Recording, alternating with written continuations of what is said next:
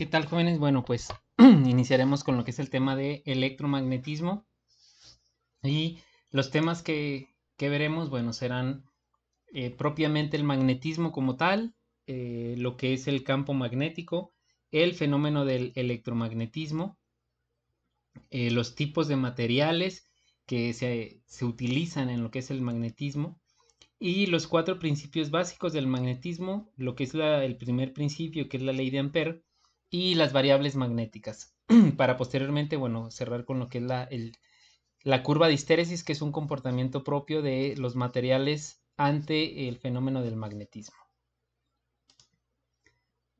Ok, el magnetismo. Bueno, nosotros conocemos, o cuando nos dicen magnetismo, bueno, la primera idea que tenemos, bueno, pues es un imán. Entonces, como tal, podemos diferenciar dos tipos de imanes. ¿Estamos de acuerdo? Lo que es el imán permanente, que es un imán natural, el imán que encontramos como tal en la naturaleza, la magnetita, y un electroimán que es un imán generado o creado a partir de electricidad. ¿Sí? Aquí lo que podemos ver es quién empezó a trabajar lo que es el magnetismo, que fue Oersted, a través de diferentes trabajos, y lo que él concluyó es que las fuerzas magnéticas proceden de las fuerzas originadas ante cargas eléctricas, es decir, él ya empezó a relacionar lo que era el magnetismo a partir de ciertas cuestiones eléctricas. Como tal, como les comentaba, el magnetismo, bueno, pues es ese fenómeno físico que tienen ciertos materiales para poder atraer o repeler determinados materiales. Entonces aquí lo importante es ver quién empezó a trabajarlo y bueno, esta parte que está aquí.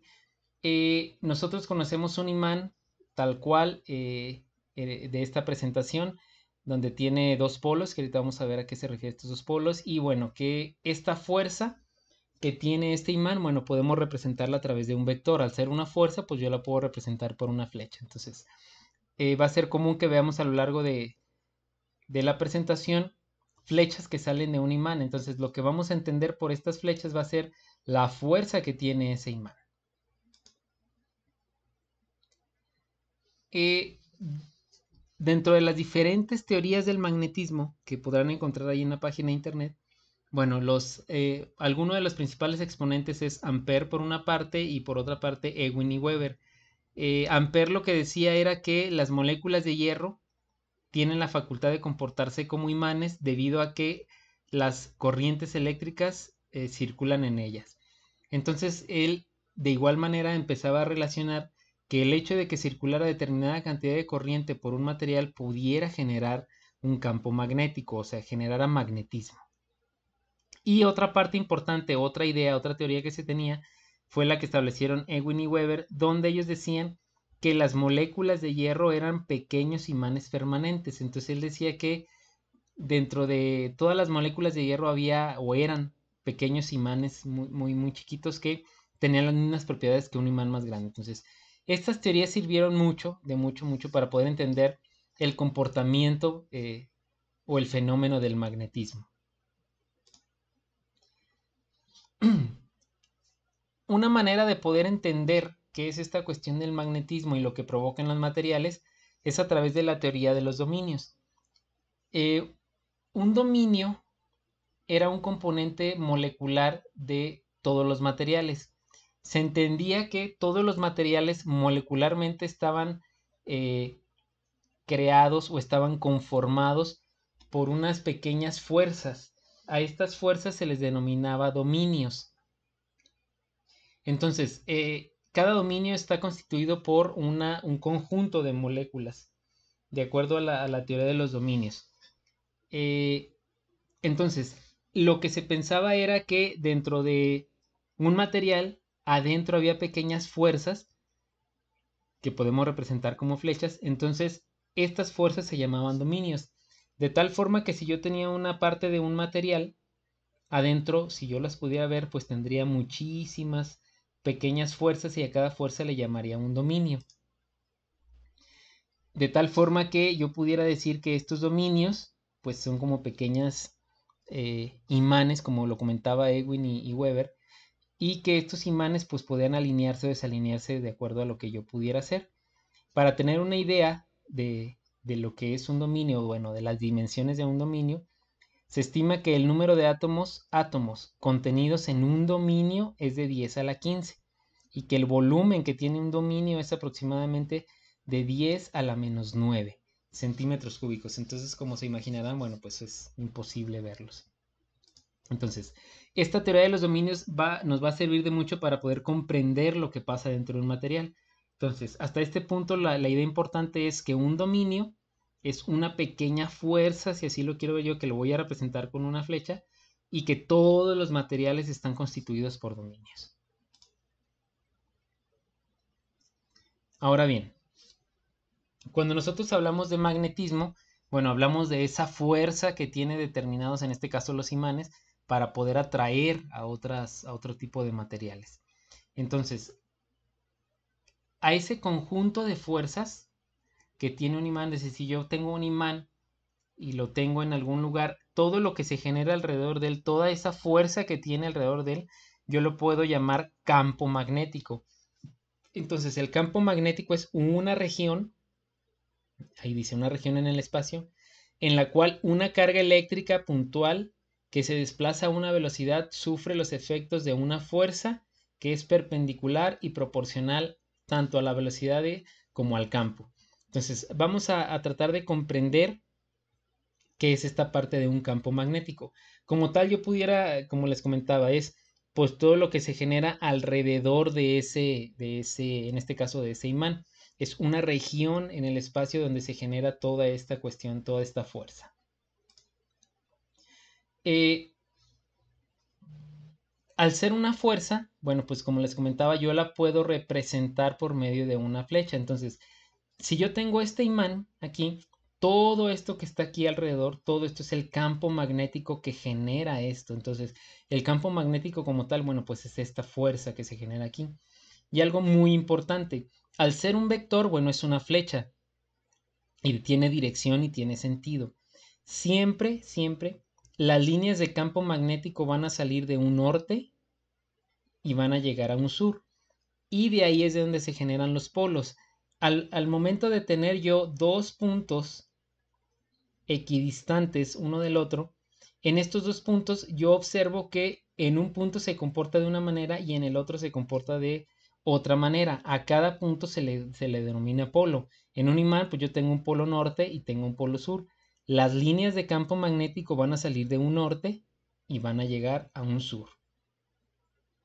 De igual manera que este imán tiene aquí sus dos polos norte y sur y las líneas de campo salen de un norte y llegan a un sur, pues yo puedo tener diversas estructuras en este imán. Puedo tener un imán de herradura, donde esto simplemente es una U, y de igual forma mis líneas salen de un norte y van a llegar a un sur. Y algo muy importante, bueno, pues la Tierra es un imán grande, donde tiene las mismas propiedades magnéticas de las que hemos estado hablando. Como tal, tiene un polo norte y tiene un polo sur, de donde las líneas de campo salen del norte y llegan al sur y se comportará de esta manera. Entonces, la misma Tierra como tal es un imán que tiene un campo magnético y que se comporta de esta manera.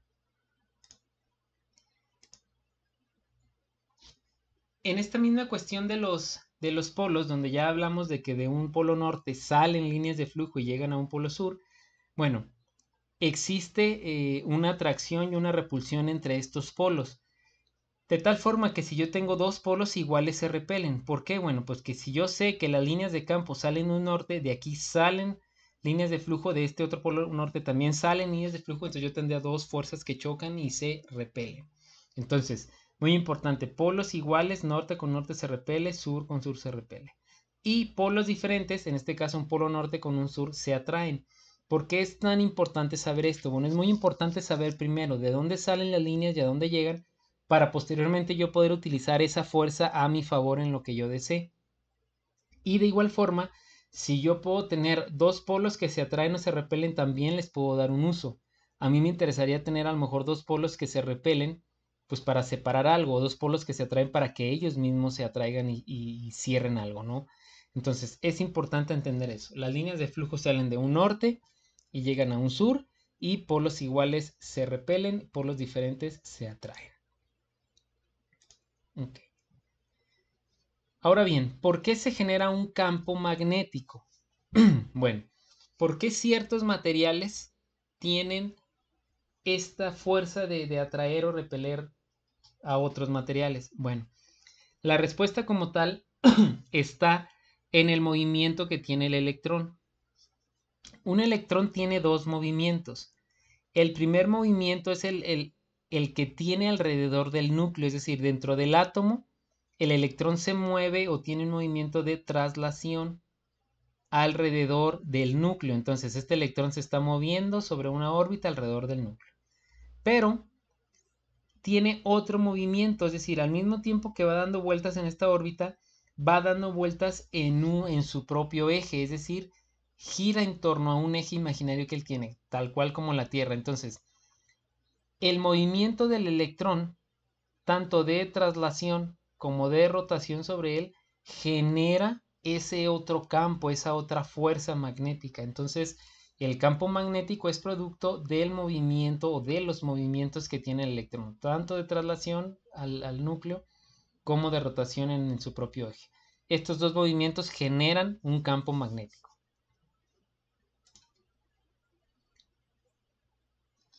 Ahora bien, ¿qué es el electromagnetismo? Bueno, como tal, pues podemos, de acuerdo al nombre, es tener un magnetismo a partir de un fenómeno eléctrico, es decir, de electricidad generar magnetismo. Bueno, ¿y esto por qué pasa?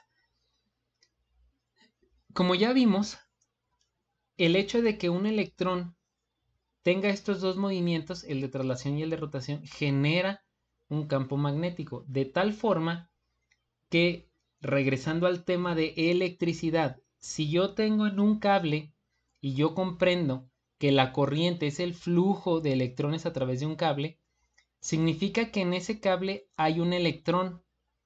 Ese electrón tiene los dos movimientos, tanto el movimiento de rotación como el de traslación, de tal forma que el hecho de que el electrón se esté moviendo dentro del cable y aparte esté girando en su propio eje por el movimiento de rotación que tiene, pues me genera un campo magnético.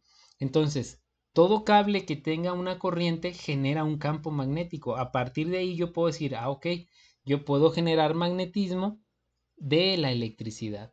Esa es la parte del electromagnetismo. Ahora, una señal electromagnética se comporta de la siguiente manera. Un campo eléctrico se comporta, es esta señal roja, se comporta de la siguiente manera, es un comportamiento senoidal. Y un campo magnético también es un comportamiento senoidal, pero a 90 grados del campo eléctrico. Es decir, mientras que el campo eléctrico tiene esta forma, el campo magnético tiene esta forma horizontal sobre el eje horizontal y el campo eléctrico sobre el eje vertical. De tal forma que una señal electromagnética es el conjunto de estas dos. Estas dos juntas, la señal del campo eléctrico vertical y la señal de campo magnético horizontal, me generan una señal electromagnética. Entonces, una señal electromagnética es tal cual ese comportamiento de un campo eléctrico, que es el azul, y un campo magnético, que es el rojo. Esta sería la manera en la que yo vería una señal electromagnética. Es una señal senoidal, bueno, son dos señales senoidales separadas 90 grados una de la otra.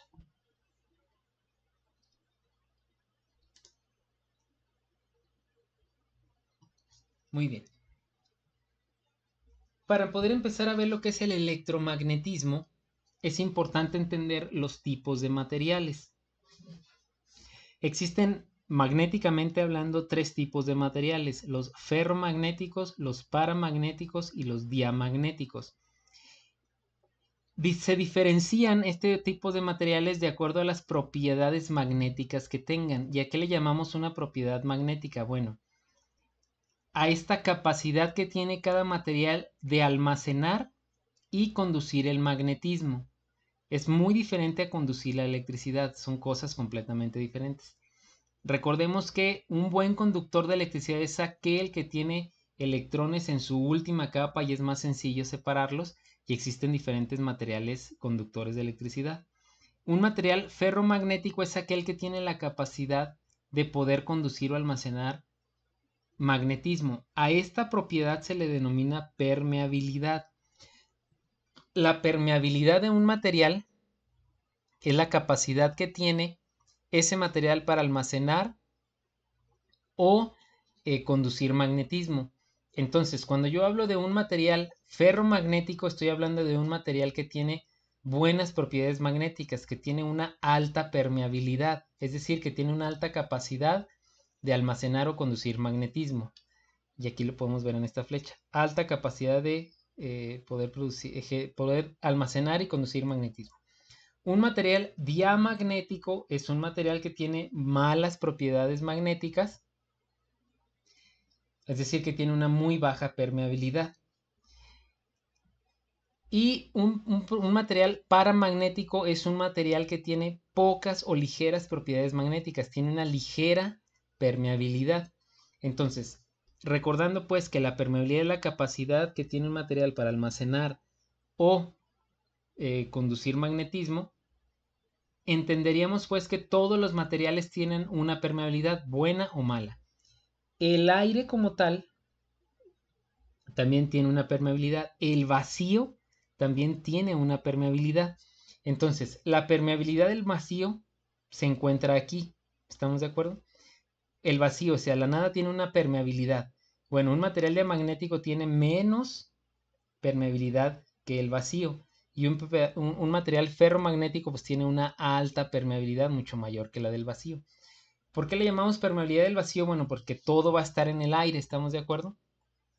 Yo no puedo tener algo completamente en el vacío, entonces tal cual, todo lo que se encuentre en algún lugar, yo voy a comparar la permeabilidad que tiene el material contra la que tiene el aire, porque se van a combinar las dos.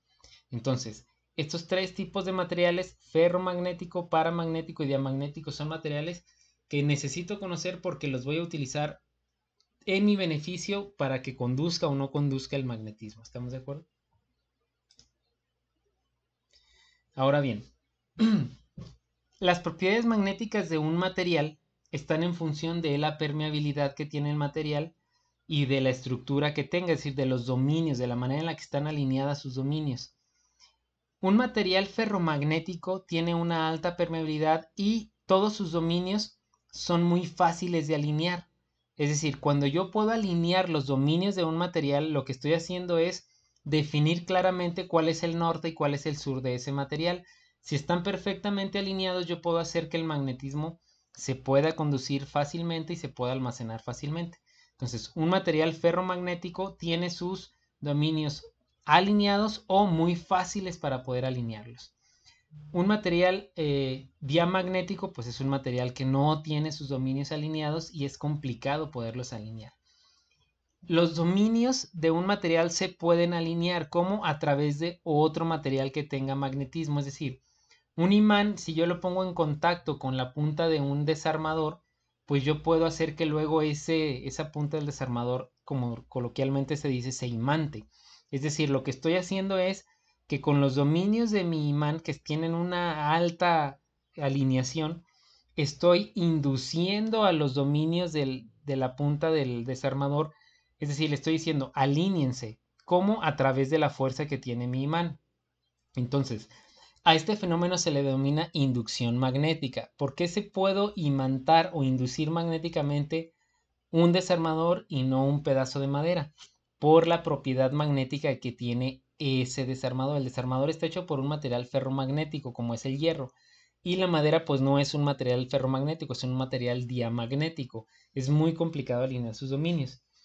Ahora bien, ese material, esa punta de desarmador se va a quedar magnetizada por un tiempo. A ese fenómeno se le llama retentividad. Es la capacidad que tiene ese material para poder mantener alineados sus dominios.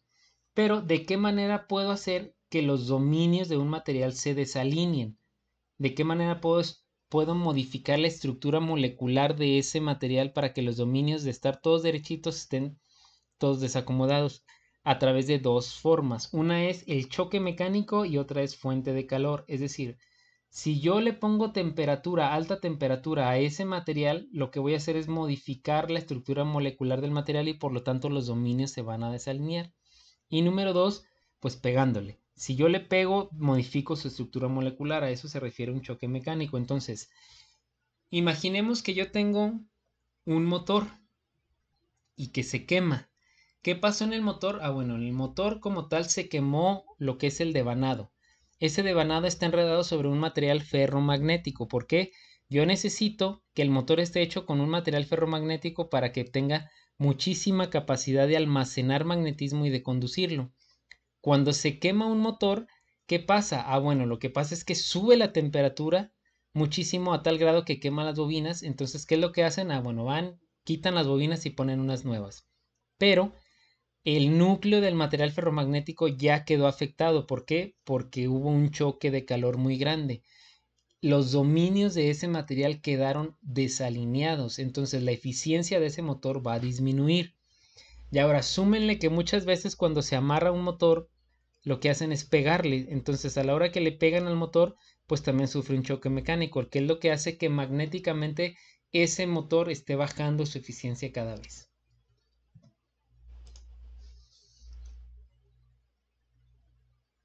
Muy bien.